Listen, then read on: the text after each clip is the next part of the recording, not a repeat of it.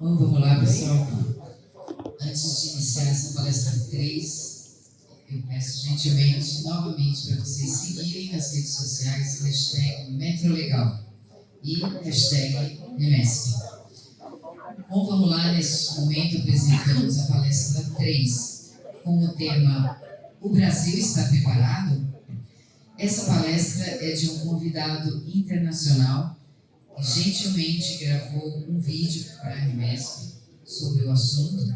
Eu vou apresentá-lo e vou apresentar o moderador, o senhor Jean-Albert Bodinot. Então, para moderar esse painel, convido ao palco o senhor Jean, presidente do Conselho Deliberativo da Nemesp. Bem-vindo, senhor Jean. Jean é doutor em Física pela Universidade Paul Sabatier, da França, e Engenharia Elétrica pela Universidade de São Paulo, USP. É pesquisador e professor convidado pela Escola Politécnica da USP de 1972 até 1987. É pesquisador do IEE da USP de 1987 até 2015, onde criou o CETURSP, certificadora de produtos eletromédicos e de produtos para atmosferas explosivas. É membro do Conselho da Aliança Francesa e também é membro do Conselho e da Diretoria da Fundação Liceu Pasteur. Na ABRAC, é membro fundador no Conselho de Acreditação do IMETRO, CONAC, e é membro desde a sua criação em 2008 como especialista independente. Bom, e como palestrante, eu apresento só o currículo dele, o Sr. Julian Haller, Scientist and Engineer Metrology da Sartorius. Julian, desde 2008, tem doutorado em Física pela Universidade de Gottenheim, na Alemanha. De 2008 a 2016, é cientista do PTB na Alemanha, Grupo de Trabalho Ultrassom. É desde 2016 cientista e engenheiro no Departamento de Metrologia da Sartorius. O senhor quer iniciar com algumas palavras ou já posso soltar o vídeo? Bom, vocês estão me ouvindo? Bom, primeiro, bom dia a todos aí. E hoje nós vamos ter uma apresentação um pouco diferente de um usuário do sistema internacional.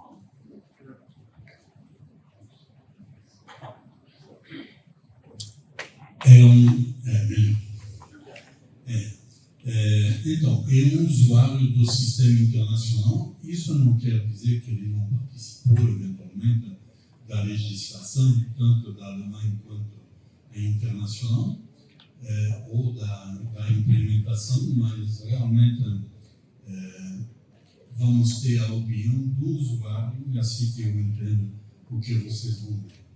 Então, realmente, o título dessa mesa redonda, é clássico, porque de redondo não tem nada, mas o Brasil está preparado. Então, vão pensando aí, porque depois eu vou abrir a pergunta aí para realmente se manifestar, vou fazer 3 perguntas e realmente depois vocês vão poder se manifestar. Isso. Então, vamos lá, vamos soltar o vídeo.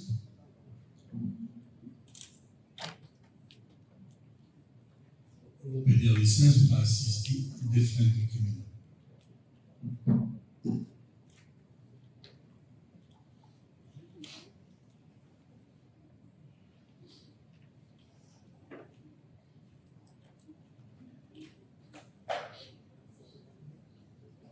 Só um instante.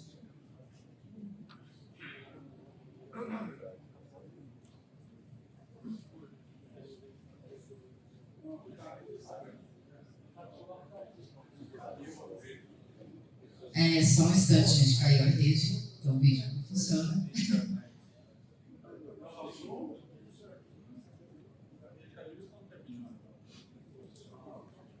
Então vamos lá.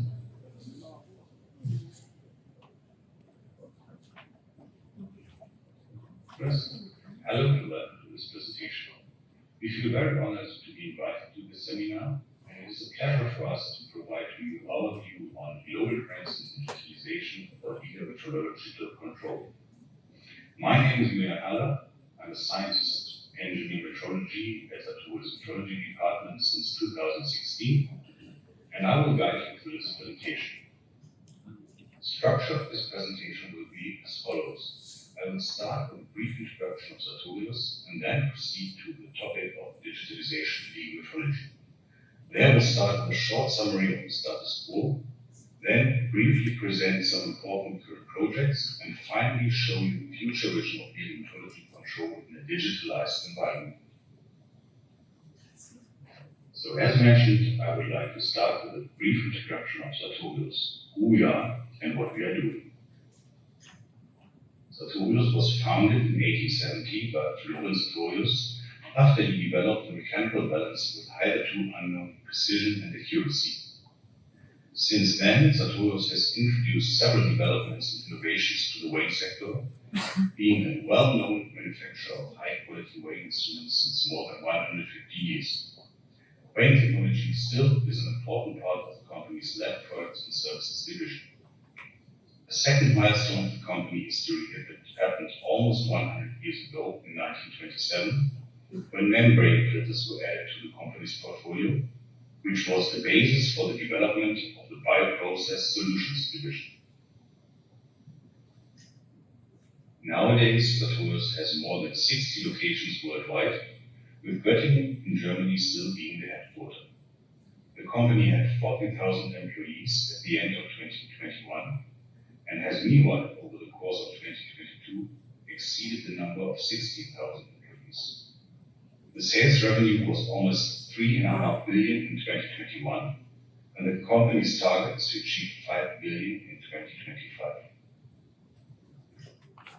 Sartorius has strategically focused on the biopharma market several years ago, being based on two main divisions. The Lab Products and Services division provides pharmaceutical companies with several laboratory devices for the development of the molecules, cell lines, and processes. And the Bioprocess Solutions division provides them with instruments and parts for the production of biotherapeutic drugs. Although balances, meanwhile, are only one of several instruments of the company's portfolio, and although they are the only type of instruments from the portfolio for which legal metrology regulations apply, Sartorius has always been and still is active in legal metrology topics via participation in several international committees, and Sartorius has always been striving for further development and innovation in this field. The metrology department of Sartorius covers all three classical pillars of metrology: legal metrology, applied metrology, and scientific metrology. In legal metrology, we deal with type approvals worldwide, performing conformity assessment of devices to be brought into the market, so Module D in Europe, UKCA in the UK, and BCAP for the US. We run a manufacturer's testing laboratory accepted by the OML, and in several European countries, we run a respective inspection body for verification of weighing instruments in the field. In applied metrology, we run an accredited calibration lab for mass, weighing instruments, and volume. And in scientific metrology, we are active in committee work and with the consultation of customers and colleagues on measurement uncertainties, tolerances, and qualifications. To give you an overview, in the last 3 years, since 2020, we have obtained 22 European type examination certificates, including revisions, accordingly also 22 OML CS certificates, and more than 100 national approvals worldwide for weighing instruments. Now I would like to come to the real topic of this presentation, digitalization and legal metrology. I would like to start with the status quo. How are things and processes currently handled at Sartorius? In order to get an overview of the status quo of digitalization and legal metrology, let's first have a look at the life cycle of a typical instrument in legal metrology. It all starts with the development phase, where the legal requirements from respective regulations are implemented to the product development team as user requirement specifications. specifications, and once developments are finished, they are tested against respective acceptance criteria. In the approval phase, we will apply for approval and submit respective documentation. The application and the documentation are then assessed by a respective notified body. Testing of defined measuring instruments will be carried out, and in the end, finally, an approval certificate is issued. In the production phase, we perform zero series testing and a release of the zero series. We test against the requirements. We perform conformity assessment of the new devices, and we periodically perform product audits of all devices series. In the market phase, usually the user of the device has to register a verification authority. Market surveillance takes place, as well as periodical re-verification inspection.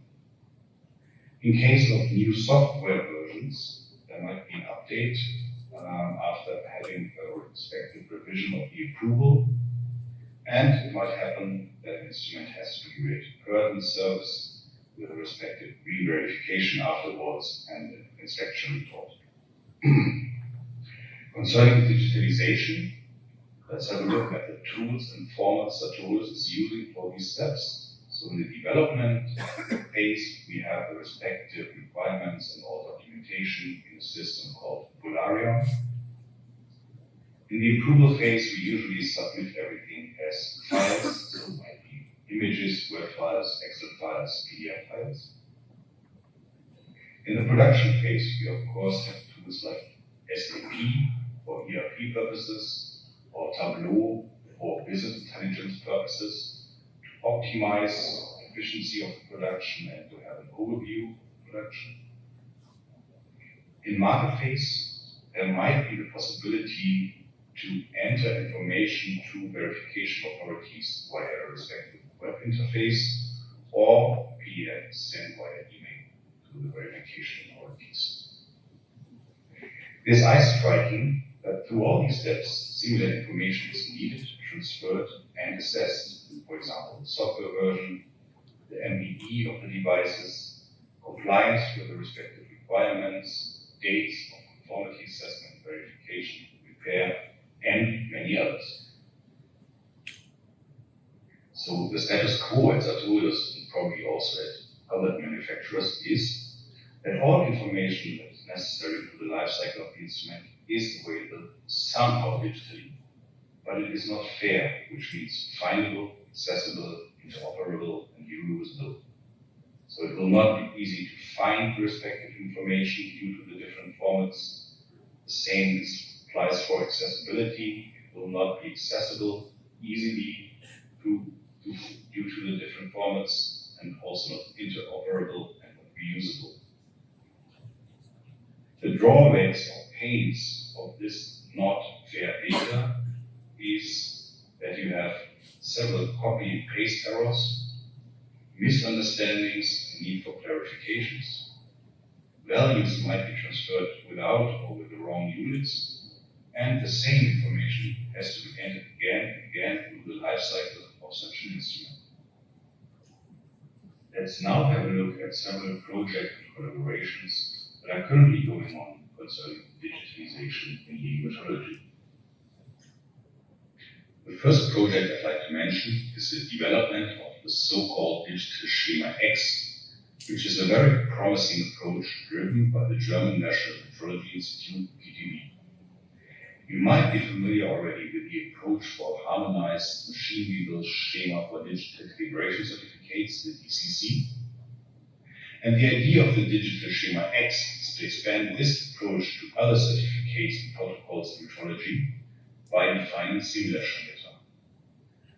The approach of particular interest for this presentation is the DCOCM, the Digital Certificate of Conformity Metrology, which would allow for a harmonized machine-readable representation of the approval certificate and included information. So as you see here schematically on the left side, you would have the machine-readable information in a respective XML file, which with the aid of an XSLT file can then also be represented in a nice human readable format. But the important part is that all information that will be covered by a respective approval certificate in a machine readable format according to this digital schema X approach. The next project I'd like to mention is the revision of OML R76, which is of course driven by OML. This is not a digitalization project per se, but clear separation of single requirements from explanations, notes, examples is an indispensable prerequisite for machine-readable requirements, so-called smart legislation. Let me demonstrate that on an example of this paragraph here from the current OML R76. If you take a close look at this paragraph, you will notice that it actually contains 3 requirements. The first one is that an instrument may be fitted with an automatic or a semi-automatic span adjustment device. This could be mathematically and clearly formulated in the following way. An element describing the span adjustment device must be none, export automatic, export semi-automatic. And the respective documentation could look like this, that the element has the information semi-automatic in this example. Don't worry about the syntax, this is only a schematic example of this presentation. The second requirement is that this device shall be incorporated inside the instrument. And again, you can find a mathematical formulation for that requirement. If the element is automatic or semi-automatic, then realization must be inside. And as you see on the right side for the documentation, you could have the information realization inside in the respective element. Now, it might not be sufficient to only write that it is inside. You might need some evidence for that. So another mathematical requirement could be, if the element is automatic or semi-automatic, then evidence must be existent. And this is again demonstrated on the right side. In this case, the evidence is given in document ABC. You could even imagine that after submitting this documentation to a notified body, and after the document ABC has been checked and accepted, the information that it is accepted will also be included in this documentation. The third requirement is external influence upon this device shall be practically impossible after securing. And again, you will find a respective mathematical formulation of this requirement. If the element is automatic or semi-automatic, then, for example, realization must be hardware seal or software protection. In this example, you have realization via hardware seal, and again, the respective evidence is given in document DEF, and you also have a software protection with the evidence being given in document GHI. Now, although this is just a very schematic example of how smart legislation could look like, you can easily imagine that all of this is only possible after having clearly separated all single requirements from, for example, OML R76, from respective explanations, notes, examples, and clearly demonstrating and identifying, for example, also if clauses, if something applies only to a particular kind of devices. The third project I'd like to mention is the so-called metrology cloud or QI cloud, which is driven by PTB. The idea is a secure process-related data exchange between the different partners. And actually, partners means in this case all stakeholders involved in legal metrology. So the notified body, in this case the PTB, the manufacturer, the user of the instrument, and the market surveillance. And of course, you can imagine that in such a cloud system, several actions would be possible. So for example, all stakeholders can input respective data and set access rights. But you could also imagine that, for example, the manufacturer submits a new software version for the instrument to the cloud. It is checked, assessed, and then released by the notified body and could then be downloaded, for example, directly by the user. So what you would have actually is for all stakeholders in this process an own view with own possibility to give access to their data to the stakeholders that they want to. So for example, for the manufacturer, you would have a dedicated view. For the user of the instrument, you would have a dedicated view. For the market surveillance, and of course also for the notified body.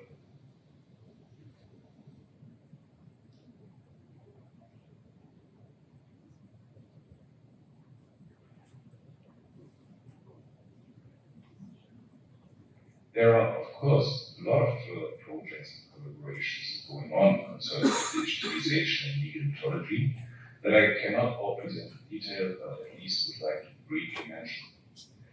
The OML has recently founded a respective digitalization task group to deal with digitalization topics in OML purposes. The PTB, together with the German Machinery Association, DMA, is working on a project called Certificate in 1 Day, which of course is strongly relying on digitalization.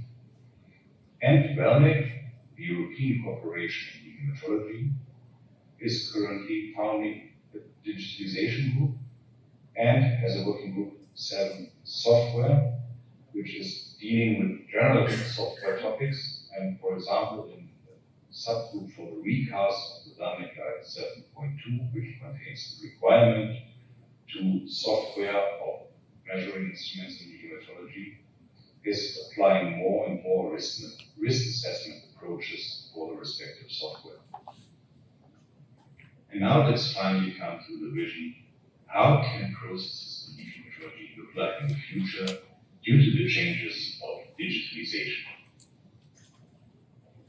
Now, before having a look at the future vision, let's first again have a look at how things are currently done. So in the development process, you would have the respective regulations, human readable document like the OML R76, and at least in our company and probably in other companies as well, they are dedicated metrology experts to translate the requirements in this document to the product development team in so-called user requirement specifications. But this is not done on a one-to-one way, but one URS could contain contents from several parts of the original document and vice versa. And after having developed a respective device, product development team would provide respective proof and documentation, again back to the metrology experts, in the shape of pictures, web files, Excel files, PDF files. But again, you would find the answer to, for example, the user requirement specification number 1, maybe in this picture, but the answer to user requirement specification number 2 in this Word file and in this Excel file. So you do not have a one-to-one translation of the user requirements to the documents. And so in the end, again, information from the different documents has to be transferred into documents like it is required by the respective notified body. Now, what happens after the notified body has received all respective documentation? First of all, they will check for completeness of the documentation. There might already be unclarities which information can be found where, so that the notified body approaches the manufacturer, and in the worst case, the respective metrology experts have to ask the product development department where to find that information before finally the completeness is checked. Afterwards, the notified body will check the documentation for correctness, and again, in the worst case, there might be unclarities and respective inquiries to the manufacturer. In parallel, the measurements of the respective devices are conducted. If everything is correct, complete, and compliant, the notified body will issue the draft certificate supplied to the manufacturer, and after confirmation of that draft, the notified body will finally issue an approval certificate. In our case, as a European manufacturer, in the first step, we always type examination certificate and parallel for an OML CS certificate.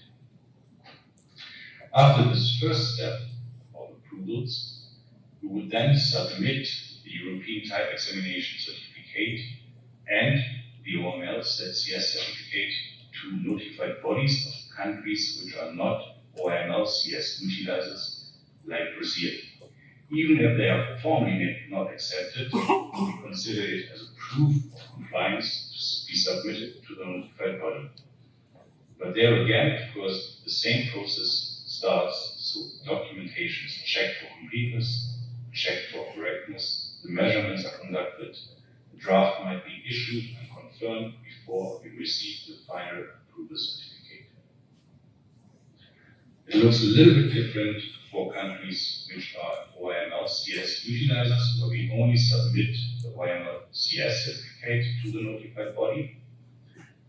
Again, of course, the completeness is checked of the documentation and the correctness, but no measurements are performed until we receive the approval certificate of such an OML CS utilizer, like, for example, China. Now let's finally have a look at a vision how processes in legal metrology could look like in the future due to digitalization.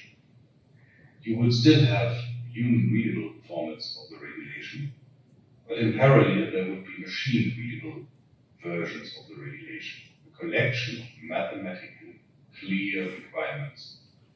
These could be more or less directly transferred to the product development team as user requirement specifications and really on a one-to-one basis. So requirement number 1 from the R76 would be URS number 1 and so on. The product development team could supply respective implementations for the single requirements from the regulation. So implementation 1 being the answer to requirement number 1, possibly of course with additional documents giving evidence for the correct implementation, and this could directly be forwarded to the notified body. The advantages are clear. Due to the clear mathematically formulated requirements, you would have less unklarities. A solution or implementation for a particular requirement of the regulation is easily findable. You would have the possibility to validate the different implementations against their requirements at any point of the process, so already after the product development team has submitted them or at the notified body.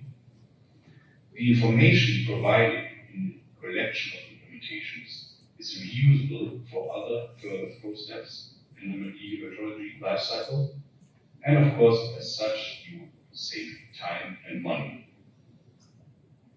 For the approval process, the vision would look like as follows.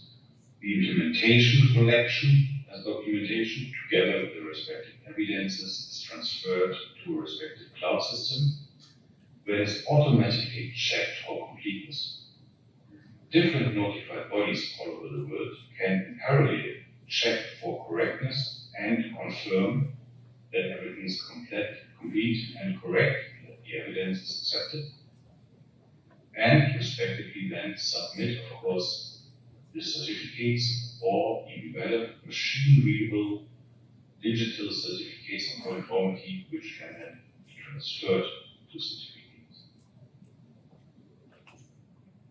And also for the further process or the further steps of the life cycle of the instrument, the production process and the market process, we could imagine that when in the cloud the different implementations are stored machine-readable and the respective certificates from the notified bodies are stored machine-readable, all this information can be accessed by the different stakeholders.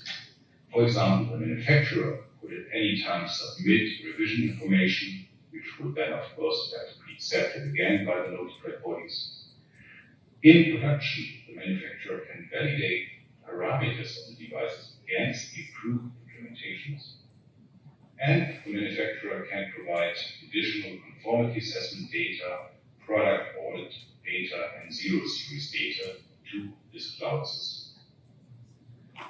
The notified body would respectively directly revise approvals by the cloud system and possibly also approve software updates. The user can, via this cloud system, register the respective verification authorities and possibly directly obtain the approved software updates. The market surveillance could schedule surveillance and re-verifications based on the data that's available in the cloud. They could determine risk-based re-verification results based on the information in the cloud. They could compare devices with the improved implementations to check for compliance, and of course always obtain up-to-date information. And you could of course also imagine that devices might be connected directly to this cloud system, which on the one hand would allow for installation of approved software updates, and also for partial remote verification. So the market surveillance could check, for example, via the cloud system, if the software version of the device is the currently approved one, if the audit trail shows any abnormalities, and so on.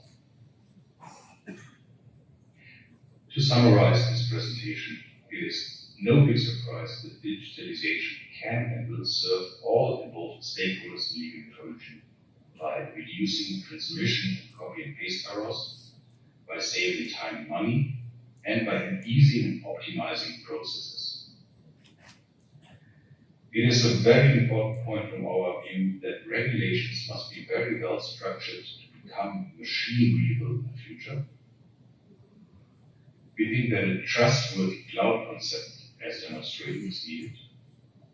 And it is important for us as a global manufacturer that all digitalization approaches should feature global thinking and not be limited to national or regional implementations. Before coming to the end, I would like to take the opportunity to cordially invite you to the first international conference of WANE that will take place in April next year in Hamburg, in Germany. The conference is organized by different partners, including RAMES, and is hosted by CESID, the European Association of Manufacturers of Weighing Instruments. Visit weighingconference.com or use the QR code given here to find more information. I do not know the detailed program of the conference yet, but there will be several sessions about legal metrology, applied metrology, and scientific metrology, and I'm quite sure that digitalization will be an important part of many of the presentations given there. So I hope you enjoyed this presentation. I would like to thank you for your attention, and I would like to thank the organizers again for the invitation to this seminar. If you have any questions, feel free to contact me at any time via the contact details given here at the bottom left. I wish you a successful seminar and fruitful conversations, and I hope to see you next year in Hamburg. Thank you very much. Bom, acabamos de ouvir aí a opinião do alemão, que está falando lá da Alemanha, falou muito do PTB, da Organização Internacional da Metrologia Legal, mas o título desta conferência aqui, neste seminário, é O Brasil está preparado. Vamos já pedir aí alguns minutos aí para poder ter um mínimo de diálogo. E para orientar, para ajudar aí, vou fazer 3 perguntas básicas. Obviamente, alguma resposta eu tenho, mas eu quero da plateia. A primeira é, aqui no Brasil, temos conhecimento e experiência tecnológica para digitalizar a metrologia.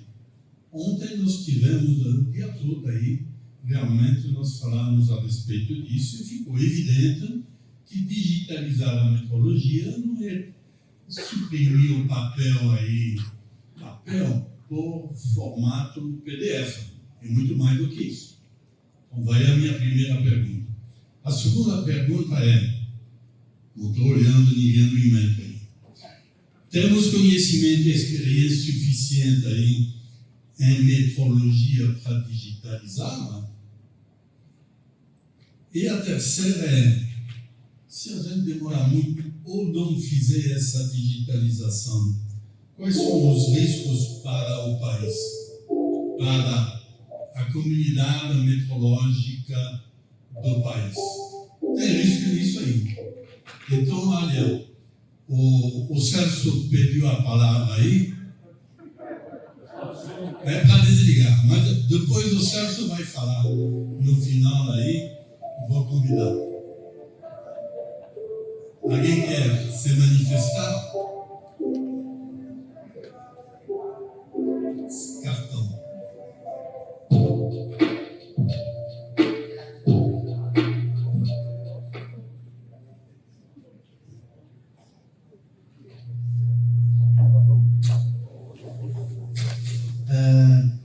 A apresentação foi feita por um parceiro meu, responsável pelo departamento de meteorologia lá da Alemanha, e até eu, quando vi essa apresentação, eu vi um pouco da complexidade que envolve essa questão de digitalização que foi discutida e abordada nesses 2 dias.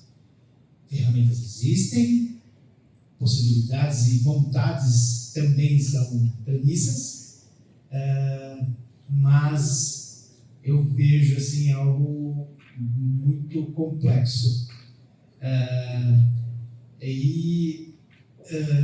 Dentro de tudo que foi apresentado, principalmente até no transcorrer de ontem, né, também há toda uma preocupação envolvida em a seguridade dessas informações digitais. Então, assim, preparado, acho que no mundo todo ninguém está totalmente, mas precisamos dar os primeiros passos, né? Então, essa troca, esse intercâmbio que foi iniciado aí com uma apresentação dessa do meu amigo lá da Alemanha, pode nos contribuir aí com algumas informações sobre esse assunto junto às empresas e aos órgãos institucionais nossos do Brasil. Não sei, alguém mais gostaria de fazer alguma contribuição? Marcelinho aqui está me olhando. Obrigado, Chicão. Bom, essa questão de digitalização, quando era só escanear e colocar tudo no PDF, era mais fácil, né?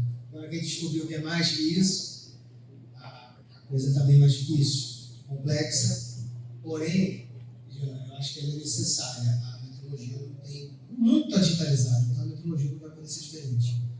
A gente tem falado, tem várias ações. Um ponto positivo, o IMETRO tem realmente pessoal capacitado, tem uma equipe de pesquisadores, tanto na DINEL quanto em outras unidades, principalmente na DINS, mas na área de TI também, que muito boa, a galera boa, trabalhando nisso aí. O que a gente vai precisar ao longo do tempo, por muito pouco tempo, é ampliar os esforços. Os recursos são poucos, eu já falo isso toda hora, mas a gente está falando também de infraestrutura, não é só digitalizar. Tem uma série de ações ali que o presidente ontem falou, foi mostrado agora também na palestra. A gente não está falando em proteção de dados. Você tem vulnerabilidades que são criadas com a digitalização. Isso já começou, o pessoal que trabalha aqui com software, análise de software, dos laboratórios e tudo, já viu isso, né? Muito interessante. Você tem que ter, só que o instrumento fica vulnerável, a informação fica vulnerável, e a gente tem que conviver com isso, conhecer esses riscos e mitigar isso. A gente não vai poder fugir disso, né, por causa das vulnerabilidades. Então, eu diria que realmente eu não sei se o IMETRO, acho que o mundo ainda está entendendo a digitalização da meteorologia. Isso não é uma coisa só no Brasil, é um desafio mundial. Não é um desafio da meteorologia legal especificamente, é um desafio da meteorologia. Então, a gente tem que trabalhar com esse foco. Mas como a gente também achou, por exemplo, um dia que estava tudo digitalizado em termos de processo de aprovação de modelo, os nossos processos de regulamentação. O presidente ontem, quando falou lá do exemplo do MEC, né, que o processo estava no seio, eu fiquei pensando no processo de regulamentação, que realmente, 5, 10 anos atrás, ele era papel. Então, você juntava lá vários volumes de papel, De repente, isso foi para o sistema eletrônico, para o SEI. Está digitalizado. Olha para mim que não está. Por quê? Vocês não conseguem acessar. Você não consegue abrir aí e ver. Nem eu, com o meu acesso, às vezes consigo muito bem. Então, são exemplos de ações que a gente tem que ter, né, para que a gente vá melhorando isso aos poucos. Claro, gostaria que isso fosse com uma velocidade muito maior, mas os recursos realmente são limitados. Mas a gente agora, pelo menos, tem uma noção, e importante esse tipo de evento, Sérgio, a gente ter essa discussão conjunta, para que a coisa não fique de um jeito na minha cabeça, de um jeito na sua, de um jeito na dele, e cada um pensando de um jeito, e quando vê, ninguém tem uma ideia. Então, assim, a gente senta, todo mundo aponta o ponto de vista, e a gente define os nortes que a gente vai seguir. Mas o trabalho é grande e até maior do que eu pensava. Eu não sou um grande entendedor dessa área. Do ponto de vista técnico, né, a gente fala assim, o Felipe fez essa parte da declaração da conformidade, como ele falou para vocês. A gente fala melhor, isso aqui tem que estar no PSE, amanhã, se vira. Mas tem um monte de coisa da parte de informática que tem que fazer, e isso toma tempo e recurso. Mas é o que a gente tem que fazer agora. Temos espaço para mais por favor. Bom dia a todos. Meu nome é Rodrigo, eu sou de uma permissionária em Goiás.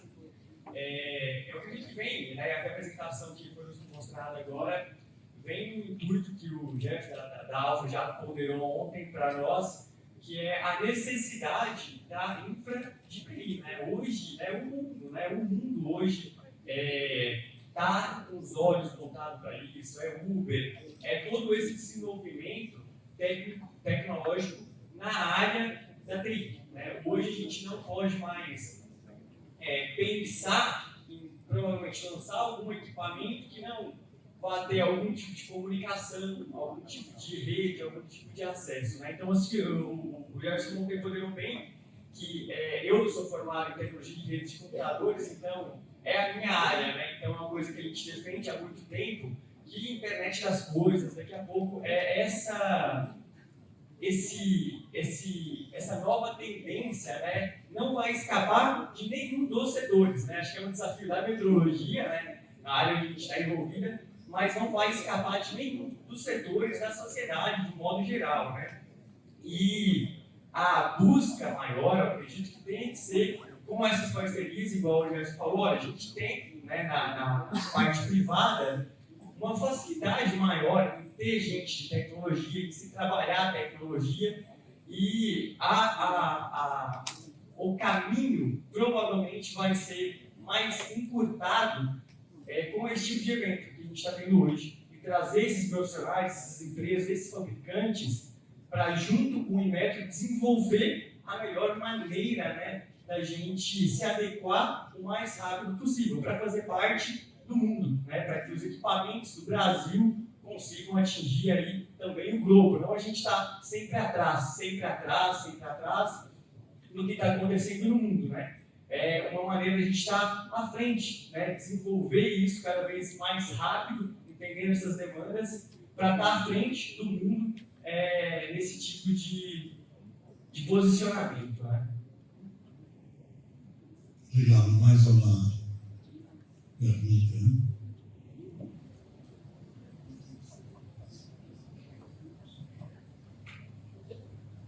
Então, bom dia. Primeiramente, respondendo as perguntas, eu entendo que o Brasil está preparado, porque a gente já vê esse crescimento de digitalização de diversos instrumentos. Tu olha, por exemplo, o medidor de energia, os modelos já têm a capacidade de ter 100% digitalizado a medição, o envio da receptor na outra ponta. A gente encontra um problema no país que é esse de infraestrutura, para a gente trafegar o dado num carro. Por isso não está sendo muito utilizado ainda. Em conversa com o pessoal de sistemas de iluminação pública, eles querem construir redes para atender o caminho na rede para concessionária de energia e para concessionária de água. Então, lá em Porto Alegre, no DEMAI, por exemplo, em reuniões que a gente fez com eles esse ano ainda, eles comentaram que os contratos deles, eles já estão tirando do turista. A empresa que ganha para trocar o medidor, ela tem que fazer a leitura automatizada. Então, os medidores de água inteligentes é uma realidade no mercado. E dentro outros produtos. Então, acho que é mais uma questão de infraestrutura de país, porque a indústria de capacidade a capacidade, porque tem diversos produtos com tecnologia, com segurança cibernética neles. Então, é só uma questão de tempo de estudo. Essa é a minha opinião. Vai, mais uma vez. Por favor, muito curta aí. Só um pontinho. Bom dia a todos, eu sou o Adalto da Estilos Balanças, trabalho com balança já há 32 anos. Eu estava agora há pouco falando com o gestor da Alfa, né, sobre a nossa tecnologia, se a gente está preparado para isso. Já até comentei com ele sobre as balanças de banheiro, que a gente não tem massa ali, né, e elas funcionam, lógico, não na mesma precisão, mas elas funcionam. Isso é um estudo nesse sentido para evitar a massa, o alumínio, o aço. E depois de ver essa aula sobre essa nova tecnologia que já está implantada lá na Europa, eu fiquei realmente espantado. Não sei se todos os meus colegas estão espantados igual eu, mas seria trocar nossas ferramentas por um tablet, trocar o nosso veículo por uma nuvem. A gente estaria realmente preparado para isso? Não pagaríamos taxas ao IPENS, pagaríamos o pilote, né? Isso eu fiquei realmente muito espantado e gostaria mais de saber sobre o assunto. Eu vou abusar da minha posição aqui para dizer em poucos segundos. Cheguei no Brasil em 72 e eu vi nascer a microeletrônica, a eletrônica e a informática neste país. Eu estou trabalhando com Inmetro desde os anos 90, início dos anos 90. Portanto, a metrologia, e eu passei da física para a metrologia nos anos 90, eu vi. Eu tenho a convicção que realmente o Brasil tem tudo para fazer isso. E precisa, até tem vontade de se integrar na comunidade internacional. Agora, o que a gente sabe é que tecnologia, o uso da tecnologia, engenharia, exagerando um pouco, é uma ciência humana, não é uma ciência exata. Exata é a física. A engenharia é como usar o conhecimento dentro da sociedade. E isso é mais complicado e eu pessoalmente não entendo. Mas, enfim, nós não vamos abusar mais do tempo aí, porque os colegas estão esperando para a próxima mesa redonda. Agradeço a todos aí a contribuição. Obrigado.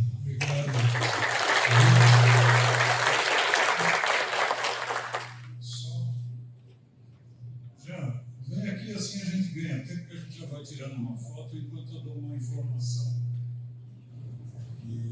que nós colocamos aqui para vocês. Essa palestra aqui, vocês, no período da tarde, vão receber um Media Code, que é do aplicativo que nós estamos usando para baixar as palestras.